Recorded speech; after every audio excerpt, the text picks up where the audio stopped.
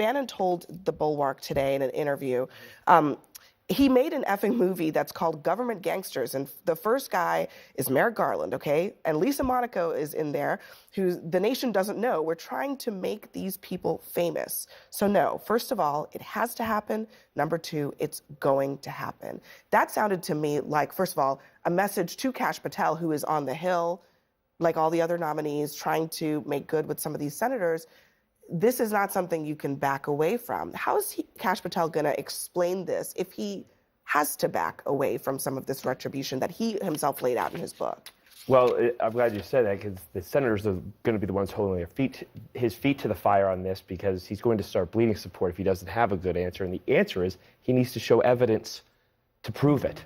Like, I think we all are for rooting out corruption in our government, for rooting it out at the FBI, for rooting it out at DOJ. Sign me up. And there is plenty of history to look back on at the FBI and DOJ of wrongdoing. We know the FBI became more political under Comey, but he needs to show evidence, or else the support that he's building will crumble. I was thinking more of during the civil rights movement. Oh, well, that too, for sure. Or Martin Luther King. Yeah, I mean, exactly. You'd be negligent in raising that. I mean, but look, one of the things that Bannon, in this Bulwark interview, talked about a lot of things. First of all, he said it's going to happen, right? But then he talks about the types of investigations, and as we know, a lot of it surrounds Trump. He says there's a vast criminal conspiracy, including the media's. Was it Andrew Weissman and all of those FBI guys that work on MSNBC? I think there will be big investigations into all of these people. I think there's going to be huge investigations, I believe, into 2020. I think it's going to be a huge investigation on January 6th, the Fedsurrection. Yeah. What? It's insane.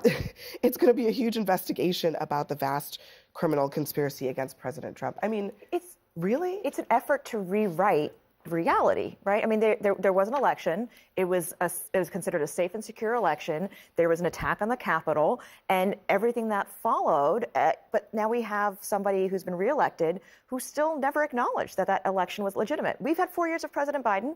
He is leaving. Election went for Donald Trump. Yet they're still litigating 4 years ago. And Bannon is not in a position to be in the White House at the moment. He is not the senior advisor or chief of staff. So he's finding ways. Yeah, and he's very influential. Yeah. I mean, he's out of prison now, and I think that he thinks of himself as one of the many kind of leaders of the MAGA army, the sort of rank and file who powered Donald Trump. Yeah. By the way, if he were so convinced that there was wrongdoing by the federal government on January 6th, why not provide that evidence and cooperate with the subpoena that he received from the January 6th Select Committee? Steve Bannon doesn't believe this stuff, but this is a feature of authoritarianism. You have to go after your political opponents by weaponizing the justice system, and you also have to rewrite history, even if it is history that we all watch unfold in starkly different ways with our own eyes. I lived through January 6th, but you didn't even have to do that to know exactly what happened, what incited that insurrection at the Capitol, and who was responsible. In fact, you have a number of senators and other high-profile Republicans on the record condemning Donald Trump in the hours and in the days afterwards. And then what happened? The force of political pressure was brought to bear on these people. Can I put something on the table that's a little bit of whiplash? Here's Steve Bannon talking about what needs to happen from a fiscal perspective in a Trump administration. Listen. I hate to say this. I know you got a bunch of still Republican Orthodox folks out here. You're going to have to raise taxes on the wealthy. Hey, both parties got us into this. Only the populist nationalists could get it out. I don't know what the reception was in that audience. It sounded a little tepid, but he's serious about this. He told Sem4 later, he believes raising taxes on the wealthy is the only way to get the other part of the Trump agenda, which is tax cuts, into existence. Well, it's kind of fascinating to me because we've been listening to Democrats saying the only reason that what was happening on the Hill was because, President Trump wanted that debt ceiling so he could give all of his rich friends a tax break. Now we have very prominent people in the movement talking about we may have to raise taxes on the wealthy. Like, it's never unpopular to say that, right? I mean, like, I think we had bipartisanship right there. You were agreeing with Steve Bannon, weren't you? Yeah, absolutely. All right, so I mean, so it's never But unpopular. do you think he's right?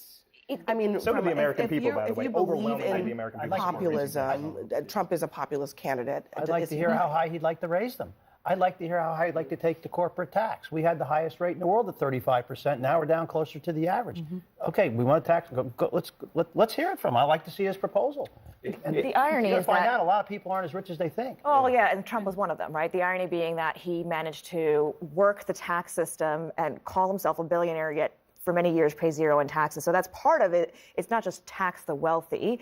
It would be great if Doge decided to actually look at the tax code and plug up some of those holes that allow people who are wealthy to not pay as much as people who are poor. But I want to also just make the point, and Ronald Reagan once said, you can grow the economy as big as you want, you can tax people as much as you want, but it's worth a hill of beans if we don't get our addiction to spending under control. That's where we're at. And you are completely correct. It's very easy to say raise taxes on them. It's very hard to pick a number of what is fair. But rich people don't just pay income tax. They pay different taxes that make Actually, up for rich people tend to not pay income tax at all. Exactly. So, but my point is, making the tax code fair, yes. The rate, that's where I would I remember have the it. rates used alternative to be minimum so tax. much higher. That was going to hit 55 course of families. America. We All also these used to never middle-class have people one. were getting hit with it. We had to fix that years later. I mean, a lot of things But sound here's real the good. thing. I mean, and I think, TW, you're certainly right, especially from a conservative perspective. You got to talk about spending. Donald Trump was president for 4 years. He didn't do any of that. He didn't reduce spending. He increased the deficit. He's not that trillions. interested in cutting because it's not very popular to cut. It's going to have to happen at some point, right? We're going to get to that point. When? I don't know, because it seems like it used to be Republicans and Democrats would fight over how much money we're going to spend, and now we fight over how we're going to spend it. Like, we all spend a lot, but how are we actually spending it? But we'll see what happens in the future. Let's be honest. Most of the federal spending is on autopilot. It's Medicare, Medicaid, it's Social Security, it's interest on the debt, and it's also, of course, things like, veterans benefits. Let's and not food stamps. forget the massive that's where most of it check is. that is defense spending. Defense spending. Which is, less than 30% is discretionary spending. Of that, half is defense. So we can wipe out the whole discretionary budget, about $1.7 trillion in the United States, and we still wouldn't get to $2 trillion. I mean, that gets rid of the Defense Department, Homeland Security, basically everything the government Republicans does. have said they want to cut spending by $2.5 trillion. How do you do that without cutting Social Security? It's just Well, at some you point can't the math ignore has that. to start mathing. And we're talking about Doge, nobody's talking numbers. And until that happens, this is all just going to be fairy tales and unicorns.